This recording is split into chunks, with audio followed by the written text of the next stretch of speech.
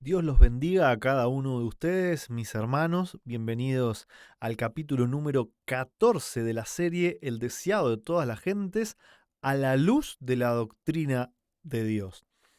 En el capítulo pasado estuvimos analizando las tentaciones que sufrió Jesús en el desierto a manos de Satanás. Vimos cómo todo el tiempo el diablo quiso hacer dudar a Jesús de si en verdad él era hijo de Dios, invitándolo a usar su poder, y esto hubiese sido un pecado, ¿no es cierto?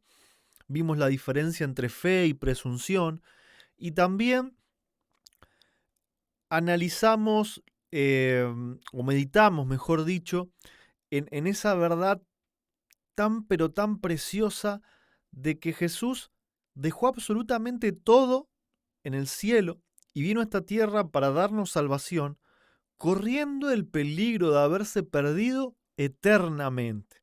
Fue algo precioso lo que el Salvador hizo, y fue una tortura lo que a él le tocó pasar en ese lugar, ¿no es cierto? En ese desierto de tentación, 40 días de prueba, de hambre. Y vamos a pasar a analizar entonces lo que es la continuación de la historia. Dice que la sierva del Señor cuenta que Jesús quedó demacrado después de haber pasado todo este tiempo con hambre, y que los ángeles del cielo vinieron a darle agua, comida y a fortalecerlo y a darle la bendición de parte de su Padre, ¿no es cierto? Decirle que se quede tranquilo. Esto se puede decir que fue el comienzo del ministerio de Jesús, ¿no es cierto? Él venció donde Adán debía haber vencido, o donde Adán cayó, y a partir de acá, como vemos el título, Jesús ya se presenta delante de la gente para comenzar su ministerio público, ¿no es cierto? Recordemos que Juan el Bautista estaba predicando en el desierto y bautizaba a cientos de personas. Él había sido llamado desde su nacimiento, ¿sí?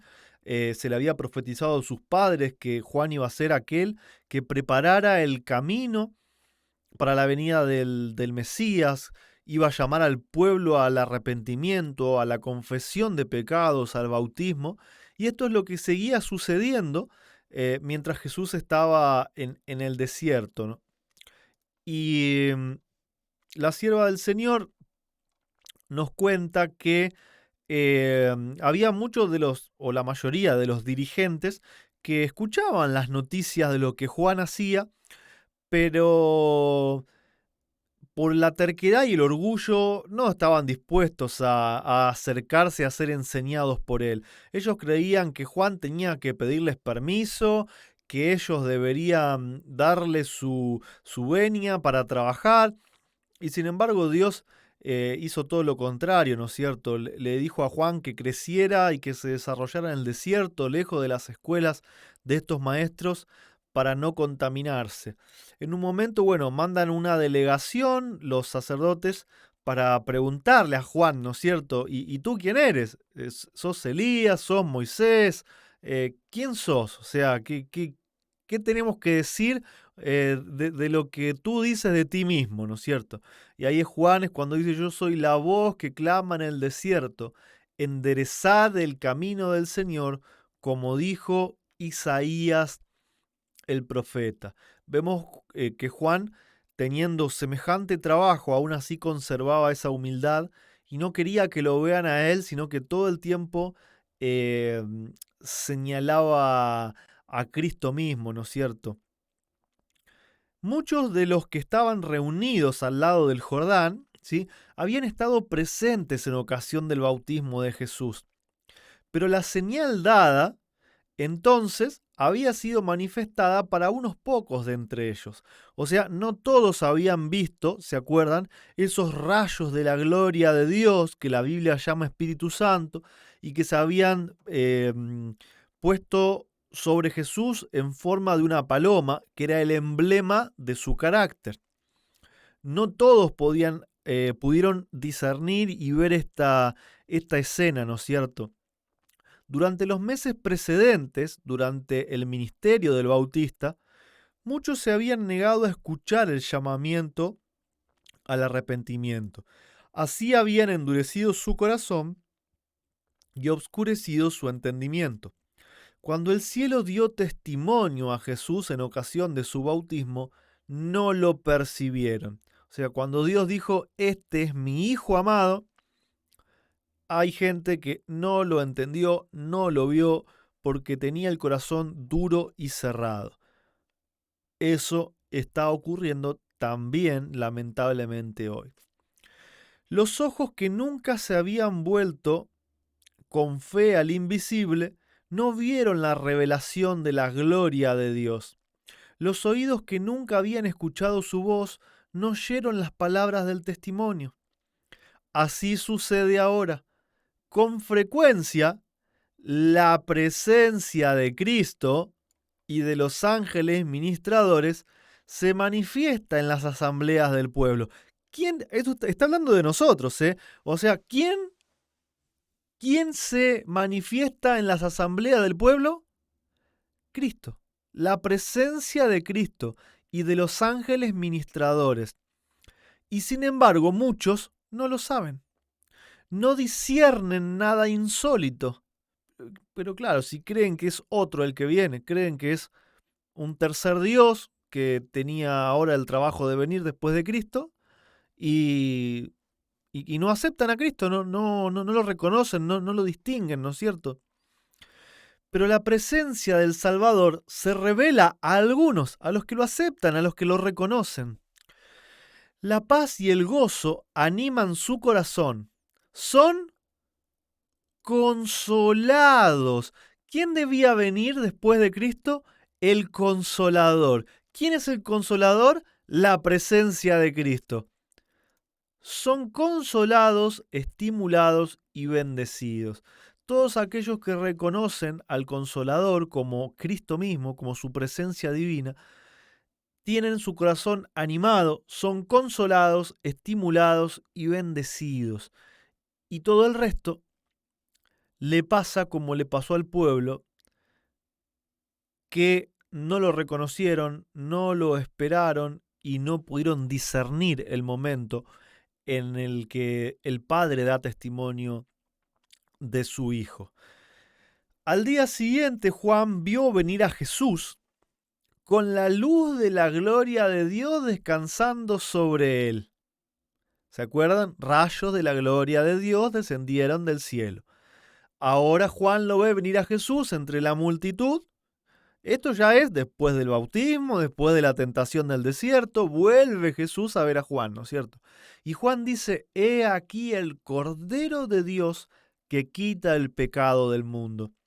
Este es del que dije, tras mí viene un varón, el cual es antes de mí, y yo no le conocía, mas para que fuese manifestado a Israel, por eso vine yo bautizando con agua. Vi al Espíritu que descendía del cielo como paloma. Fíjense cómo la sierva del Señor usa de forma intercambiable. Espíritu, Espíritu Santo, gloria de Dios, rayos de la gloria de Dios. Esto es algo bastante curioso, ¿no es cierto? Bueno, vi al Espíritu que descendía del cielo como paloma y reposó sobre él, y yo no le conocía. Mas el que me envió a bautizar con agua, aquel me dijo, sobre quien vieres descender el Espíritu y que reposa sobre él, este es el que bautiza con Espíritu Santo. Y yo le vi, y he dado testimonio que este es el Hijo de Dios. Esto es lo que dice Juan el Bautista. Yo le vi y di testimonio de que es el Hijo de Dios. Lo mismo que había dicho el Padre. O sea, Juan no decía otra cosa que no fuera lo que Dios ya había dicho. ¿Era este el Cristo? La definición de Cristo no es simplemente un nombre de pila, porque nosotros leemos Cristo y es como si leyésemos Jesús, Pedro, Santiago, Juan, pero en realidad Cristo tiene un significado, una definición. ¿Recuerdan cuando Jesús más adelante, seguramente vamos a ver esa historia, le pregunta a sus discípulos, eh, dice, bueno, la gente cree que soy Elías, que soy Moisés, ¿y ustedes quién creen que soy? Y Pedro le dice, tú eres el Cristo, el Hijo del Dios vivo. El pueblo de Israel sabía que Cristo significaba el Hijo de Dios. Entonces, cuando dice que esperaban al Cristo, o si este era el Cristo, están diciendo el Hijo de Dios. La definición es intercambiable, ¿no? Entonces la pregunta es, ¿era este el Hijo de Dios? Con reverencia y asombro el pueblo miró a aquel que acababa de ser declarado Hijo de Dios. Todos habían sido profundamente conmovidos por las palabras de Juan. Les había hablado en el nombre de Dios. ¿Qué mensaje dio Juan? Que Jesús es el Hijo de Dios. Parece que la sierva del Señor no se cansa de decirnos, de enseñarnos, de afirmarnos que Jesús es el Hijo de Dios. Lo dijeron todos los personajes bíblicos, lo dijo Dios mismo, y sin embargo hoy, pero en realidad no es hijo, es un título, no es así, es algo simbólico, no te tomes todo tan literal. Eso es lo que dice la gente ahora, ¿no? Cuando el lenguaje bíblico es tan pero tan simple. Había entre la multitud algunos de los que en ocasión del bautismo de Cristo habían contemplado la gloria divina y oído la voz de Dios. La gloria divina, el Espíritu Santo. Y vuelvo a hacer ese juego con el texto que aparece en Hebreos 1. El resplandor de su gloria, la imagen misma de su sustancia. Eso es para razonar. No quiero hacer la explicación en todos los capítulos, pero el que ya lo entendió, el que le pidió sabiduría a Dios y discernimiento, entiende qué es lo que quiero decir con la gloria divina, el resplandor de su gloria, la imagen misma de su sustancia, Espíritu Santo. Es todo un sinónimo, es todo algo que nos habla de lo mismo, de la vida divina del Señor Jesús. Sigue entonces el capítulo avanzando. Nos habla un poco de Jesús y también de Juan el Bautista. eh, y dice que Juan el Bautista a dos de sus discípulos les señaló a Cristo para que le siguiesen. O sea, es como que él les dio la bendición para que lo siguieran. Y uno era Andrés y el otro Juan. ¿Sí? Andrés, el hermano de Simón, y el otro Juan, el que iba a ser el discípulo amado, ¿no es cierto? Y estos fueron los primeros dos discípulos que le seguían, eran las primicias de su ministerio. Y después, bueno, se nos cuenta que estos discípulos fueron y llamaron a otros. Ahora vamos a ver un poquito ese detalle, ¿no? Pero acá hay una cita que nos dice, es la contrición, la fe y el amor lo que habilita al alma para recibir la sabiduría del cielo. No es la licenciatura en teología, no es el ser anciano de iglesia o pastor, es la contrición, la fe y el amor lo que habilita al alma para recibir la sabiduría del cielo. La fe obrando por el amor es la llave del conocimiento, y todo aquel que ama conoce a Dios. Mucha gente se confunde y cree que la Biblia es una ciencia universitaria que debe estudiarse justamente en esos centros de estudio superior. Y en realidad la Biblia es una revelación de Dios que la puede recibir la persona más común de todas, siempre y cuando tenga contrición, fe y amor. Y bueno, todo el que ama a Dios, Dios se va a dar a conocer a él. Eso es lo que se nos dice, ¿no? El discípulo Juan era de afectos sinceros y profundos, aunque de naturaleza contemplativa. Había empezado a discernir la gloria de Cristo, no la pompa mundanal ni el poder que se le había enseñado a esperar, sino la gloria como del unigénito del Padre, lleno de gracia y de verdad.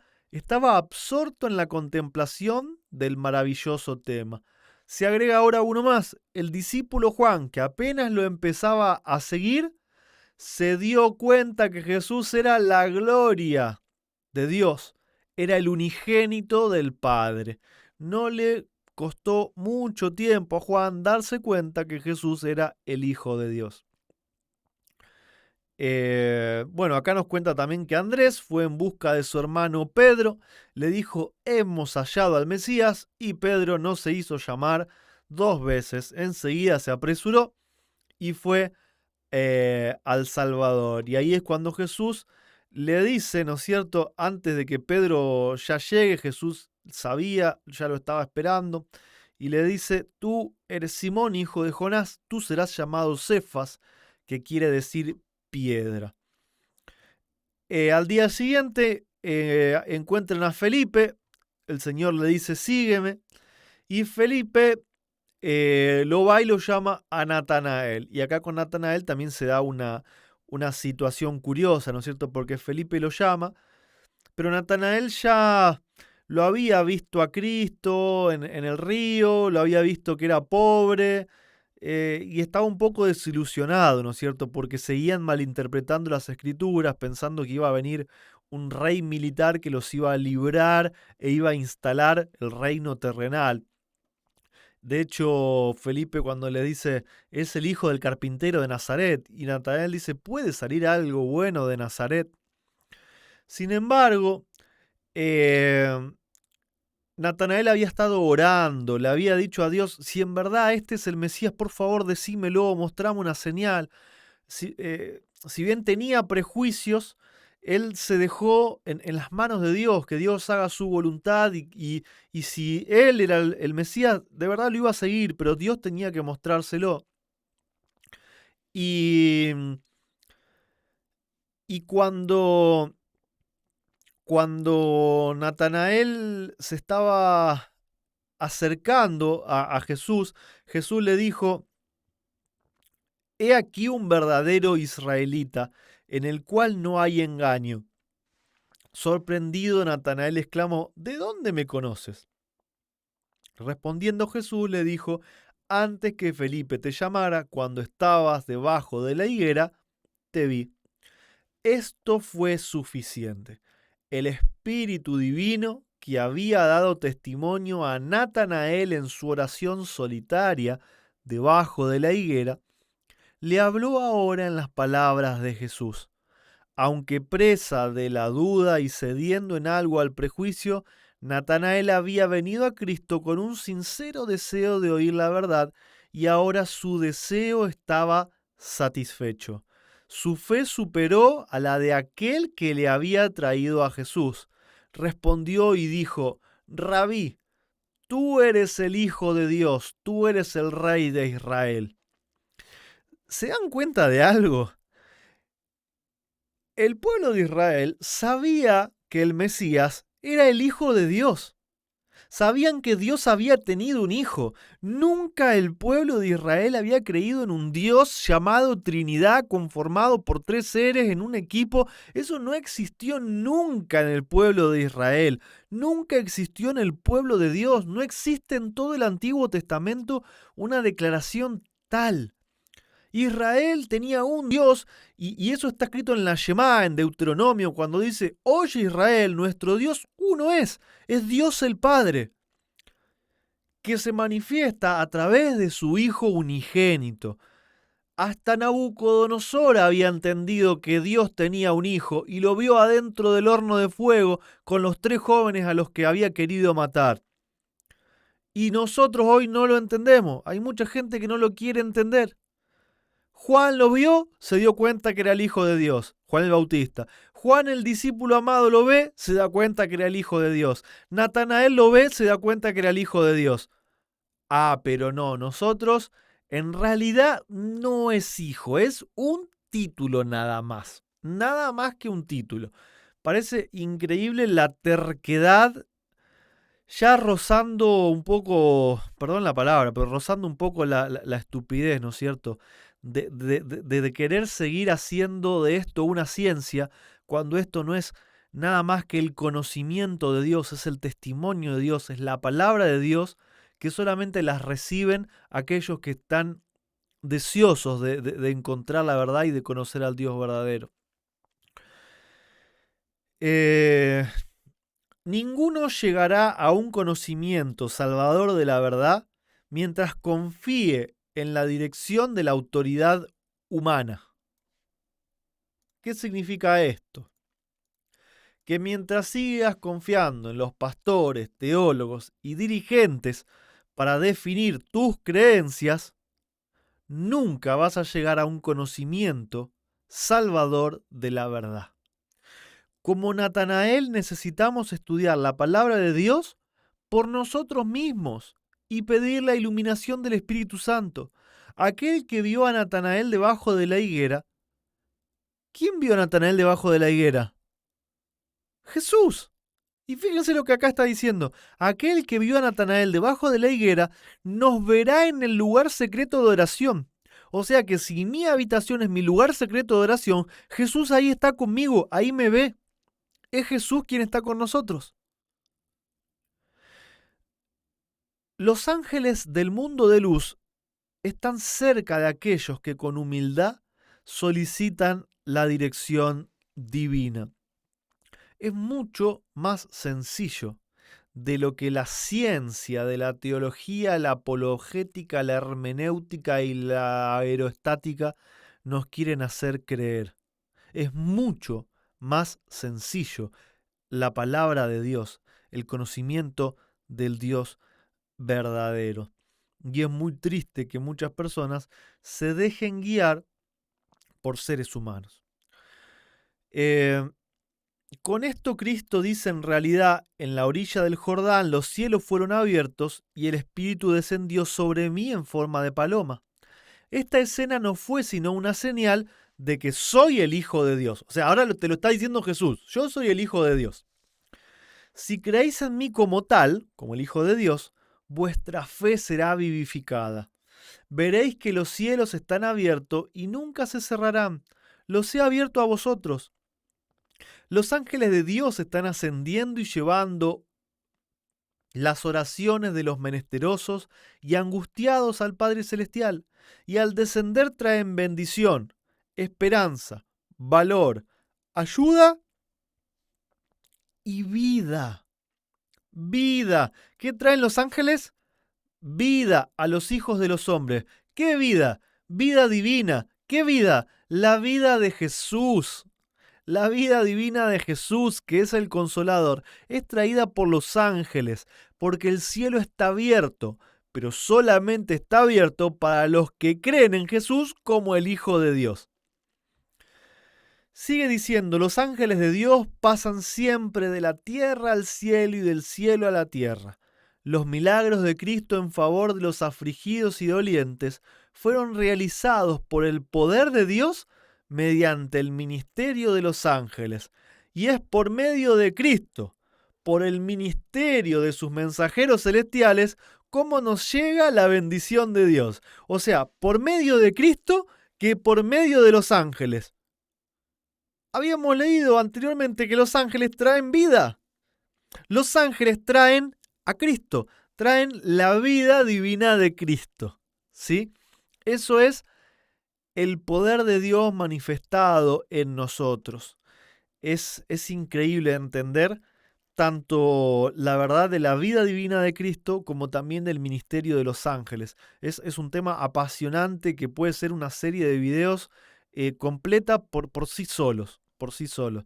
Es un tema que se desborda de información y que llena, de verdad llena el alma. Es para mí, y creo que para ustedes también, es ya inconfundible qué creencia tenía Elena de White con respecto a la divinidad. En ningún momento vemos que Elena de White creía en una Trinidad, ni en eso de los roles y los títulos. Es evidente cómo Elena de White relaciona al Espíritu Santo con la gloria de Dios, como la sustancia divina y como Cristo mismo, como la presencia de Cristo mismo. Y lo que debe animarnos es saber que todos los ángeles del cielo están comisionados para ayudarnos a nosotros, para atraernos a Cristo, para que Cristo nos vea en nuestros lugares secretos, para que Cristo nos consuele, para que Cristo pueda morar en cada uno de nuestros corazones, para poder vivir a su semejanza, para poder tener el carácter que Él tuvo cuando vivió en esta tierra. Yo deseo que esto pueda ser una realidad en cada una de nuestras vidas. Que Dios los bendiga.